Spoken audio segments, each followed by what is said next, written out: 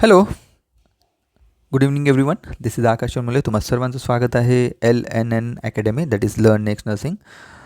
काल आपण एक व्हिडिओ घेतला होता की या व्हिडिओमध्ये आपण जे येणारे DHS आहे, येणाऱ्या DHSमध्ये म्हणजे तुमची एलिजिबिलिटी काय असेल, ओके, सगळं यावर आपण डिस्कशन केलं. आजच्या व्हिडिओमध्ये आपण बघणार आहोत की तुम्हाला एज्युकेशन क्वालिफिकेशन काय लागेल. तुम्हाला बेसिकली बऱ्याच मुलांचे क्वेश्चन होते की सर माझं GNM आहे, माझं BSc आहे, महानगरपालिकेमध्ये बऱ्याच ठिकाणी एक्सपिरियन्स मागितला होता, तर बाबा सार्वजनिक आरोग्य विभागाच्या भरतीमध्ये पण मागणार का? तर बघू शकता 2023मध्ये जी भरती आली होती त्या भरतीमध्ये तुम्हाला एज्युकेशन क्वालिफिकेशन काय ठेवलं होतं. ओके, फार महत्त्वाचा व्हिडिओ आहे. प्लीज लाईक करा व्हिडिओला आणि मॅक्सिमम तुमच्या मित्रापर्यंत पोहोचवण्याचा प्रयत्न करा. बेसिकली तुम्हाला सांगितलं की शासकीय आणि खाजगी अशा याच्यामध्ये डिवाईड होतं. जर 2000 जागा असेल सो 2000 जागापैकी 1000 जागा आपल्याला शासकीय जे कॉलेजेस आहे त्याच्यातून पास झालेल्या विद्यार्थ्यांसाठी आणि 1000 जागा ह्या कोणासाठी आहे, ह्या खाजगी कॉलेजेसमधून पास झालेल्या. हे मी स्टाफ नर्सविषयी बोलत आहे. ओके, अदर दॅन दिस असं काही नाही आहे. ओके, गव्हर्नमेंट आणि पॅरामेडिकल असं काही ठेवलेलं नाही. बट शासकीय परिचारिकासाठी अधिपरिचारिकासाठी हा नियम आहे. हे RR आहे त्यांचे. ओके, सो याच्यामध्ये सुद्धा 90% फिमेलला जातात आणि 10% बॉईजला जातात. इथे सुद्धा 90% फिमेल्सला जातात प्रायव्हेटमध्ये आणि 10% मेल्सला जातात. ओके, तर बघू शकता याच्यामध्ये त्यांनी काय केलं की शासकीय अधिपरिचारिका आहेत त्यांच्यासाठी त्यांनी काय ठेवलं आहे, GNM मिनिमम क्वालिफिकेशन GNM ठेवलेलं आहे. ओके, म्हणजेच GNM असो की BSc असो एलिजिबल आहेत. ओके, लक्षात ठेवा. Very important. Okay, very important. कुठल्याही विद्यापीठामधून ओके तुमचं एज्युकेशन झालेलं पाहिजे. भारतीय INC रिकग्नाइज कॉलेज असणं गरजेचं आहे. ओके, हे बघा त्यांनी याच्यामध्ये लिहिलेलं आहे. प्लस जे खाजगी आहेत त्यांच्यासाठी त्यांनी काय दिलं, असं इथं GNM पण चालतं, काही हरकत नाही. ओके, जरी BSc लिहिलं आहे पण GNM आणि PBBSc आणि जरी तुमचं हे झालं असेल काय म्हणते, येस BSc नर्सिंगसुद्धा झालेलं असेल तरीसुद्धा चालेल. ओके, INC मान्यताप्राप्त म्हणजे इंडियन नर्सिंग काउन्सिलच्या अधिपत्याखाली जे कॉलेजेस येतात त्याच कॉलेजमधून तुम्ही पासआउट पाहिजेत. ओके, प्रायव्हेट कॉलेज असेल तरीसुद्धा चालेल, काही हरकत नाही. फिमेलसाठी 90% रिझर्वेशन असतं, म्हणजे 1000पैकी 900 जागा फिमेल्सला जातील आणि 100 जागा ह्या मेल्सला जातील. ओके, यामध्ये सुद्धा डिव्हिजन वाईज वेगवेगळ्या जागा येतात. किती जागा असतील काय असेल ते आपल्याला डिटेल ॲडव्हर्टाइजमेंट ज्यावेळी येईल त्यावेळी आपल्याला कळेलच. ओके, तोपर्यंत तुम्ही स्टे ट्यून करा. डेफिनेटली कुठल्याही अपडेट्स आल्या डेफिनेटली आपल्या चॅनलवर 100% खात्रीची माहिती तुम्हाला भेटून जाणार. ओके, 2022पासून मुलं खात्रीशीर आपला जो चॅनल आहे ते फॉलो करतात. तुम्ही नवीन विद्यार्थी असाल तर प्लीज तुम्हाला सांगतो की प्लीज सबस्क्राईब करा. चांगली इन्फॉर्मेशन, योग्य इन्फॉर्मेशन तुम्हाला इथेच मिळेल. ओके, ठीक आहे. बाकी हे झालं नर्सिंगचं. त्यानंतर इथं बघू शकता तुम्ही ECG टेक्निशियन्सचं, त्याच्यानंतर आहे औषध निर्माण अधिकारी म्हणजे फार्मसिस्टसाठी. आता आपल्या महाराष्ट्रामध्ये बरेच फार्मसिस्टच्या पण जागा येतात. इथेसुद्धा फार्मसिस्टच्या जागा बघायला मिळेल तुम्हाला. त्यांनी काय म्हटलेलं आहे, डिग्री इन फार्माकोलॉजी. ओके, लक्षात ठेवा. म्हणजे D.Pharm असेल तरी चालेल आणि B.Pharm असेल तरीसुद्धा चालेल. ओके, कुठलाही यांनी असं एक्सपिरियन्स वगैरे लिहिलेलं नाही आहे. ओके, लिहिलेलं आहे. Okay, with 2 years of experience as a pharmacist in government and semi government हॉस्पिटलमध्ये. Very important. ओके, तुमचं D.Pharm असो.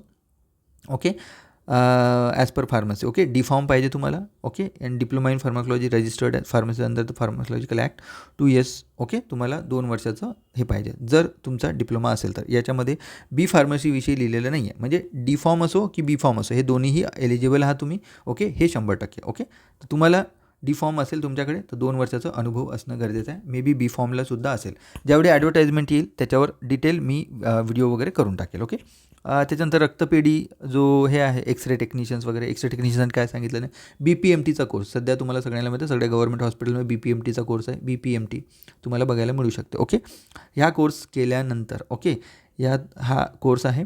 किंवा त्यांनी हे सुद्धा सांगितलेलं आहे की degree of bachelor of science in physics, chemistry, biology and diploma of certificate in radiography. बघा सगळंच म्हटलेलं आहे. जर तुम्ही BPMT केलेलं आहे तरीसुद्धा तुम्ही रेडिओग्राफरचं जॉईन करू शकता.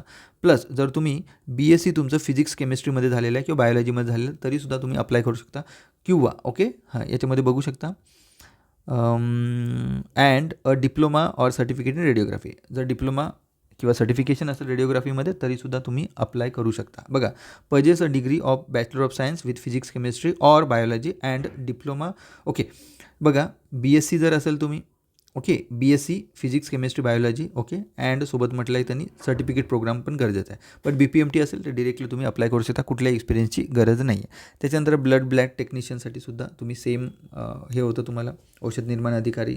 Okay, clear. त्याच्यानंतर प्रयोगशाळा सहाय्यक, ओके, यांच्यासाठी सुद्धा त्यांनी दिलेलं आहे की जे लॅब असिस्टंट असतात त्यांच्यासाठी सुद्धा त्यांनी काय म्हटलेलं आहे, okay, biology, zoology, microbiology, technology, forensic science degree असणं गरजेचं आहे. मायक्रोबायोलॉजीची, केमिस्ट्रीची, बायोलॉजीची, ओके. DMLT झालेलं आहे तरीसुद्धा तुम्ही अप्लाय करू शकता, ओके. कुठल्याही याच्यामध्ये एक्सपिरियन्सची गोष्ट लिहिलेली नाही. DMLT चालेल आणि डिग्री पण चालेल, ओके. पॅरामेडिकल टेक्नॉलॉजी, BPMT केलेलं आहे ते सुद्धा चालू शकतं तुम्हाला, किंवा DMLT चालू आहे केलं ते सुद्धा करू शकता, किंवा एखादी डिग्री केली असेल बायोलॉजीची, chemistry, botany, zoology, microbiology, biotechnology, forensic सायन्सची कुठल्याही एखाद्या याच्यामधून तरीसुद्धा तुम्हाला चालेल, ओके. हे सुद्धा तुम्ही फॉर्म भरू शकता. बाकीचे जे आहेत व्हिडिओ मोठा होईल म्हणून त्यामुळं मी बाकीचं हे नाही सांगितलं, पण याच्यामध्ये एक MPWचं तुम्हाला सांगून देतो, कारण MPWचं सुद्धा बरेच लोक फॉर्म भरतील यावेळी, ओके. MPWला त्यांनी 12वी सायन्समध्ये पास असाल तुम्ही तरीसुद्धा फॉर्म भरू शकता, ओके.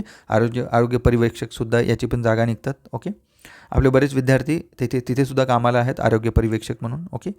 थांबा 2 मिनटं. यस, आरोग्य निरीक्षक, सॅनिटरी इन्स्पेक्टरची सुद्धा जागा तुम्हाला बघायला मिळू शकते. एखादी डिग्री असेल, bachelor of science in degree recognise university, तरीसुद्धा फॉर्म भरू शकता, ओके. क्लिअर सगळ्यांना. प्लस बघा, मल्टीपर्पज हेल्थ वर्करसाठी जागा, याच्यावर त्यांनी काय म्हटलेलं आहे, ओके. इथे तुमचं सायन्समध्ये 12th सायन्स असणं गरजेचं आहे. तर तुम्हाला सांगतो की याच्यामध्ये ज्यांचं 12th हे सायन्समध्ये झालेलं आहे ते सगळे एलिजिबल आहे, कारण तुमचं जॉईनिंग झाल्यानंतर, पासआउट होऊन जॉईनिंग झाल्यानंतर तुम्हाला एक कोर्स आहे जो हेल्थ अँड फॅमिली वेलफेअरचा, ओके. जो प्रोग्राम हा नागपूरला याचं सेंटर असतं, ट्रेनिंग स्कूल असतं. हे तुम्हाला 11 महिन्याचा कोर्स असतो, तो जाऊन तिथे कंप्लीट करायचा असतं 3 अटेम्प्टमध्ये, ओके. 3 अटेम्प्टमध्ये, दॅट्स इट. एवढंच इम्पॉर्टंट आहे. ज्यांचं सायन्स झालेलं आहे, 12th सायन्समधून ज्यांचे पासआउट झालेले आहे, ओके, अदर दॅन आपली पोस्टसुद्धा भरा आणि हे सुद्धा तुम्हाला भरायचं आहे, आणि हे सुद्धा वॅकन्सी डेफिनेटली तुम्हाला चांगली मोठी बघायला मिळेल, ओके. मल्टीपर्पज हेल्थ वर्करची, ओके. तर लवकरच भेटूया पुन्हा एका नव्या व्हिडिओसोबत, ओके. येणाऱ्या व्हिडिओमध्ये मी डेफिनेटली DHS आणि DMERमध्ये डिफरन्स किती आहे सॅलरीचा, या DHS आणि DMERमध्ये सेमच सॅलरी असते, काय असते त्याच्याविषयी व्हिडिओ मी नेक्स्ट व्हिडिओमध्ये घेऊन येणार. प्लस बाकीचे जे कॅटेगरीज आहे, जसं की स्पोर्ट्समॅन आहे, PWD आहे, याच्याविषयीसुद्धा व्हिडिओ आपल्याला येणाऱ्या व्हिडिओमध्ये भेटून जाणार, ओके. सो थँक्यू, धन्यवाद, जय हिंद.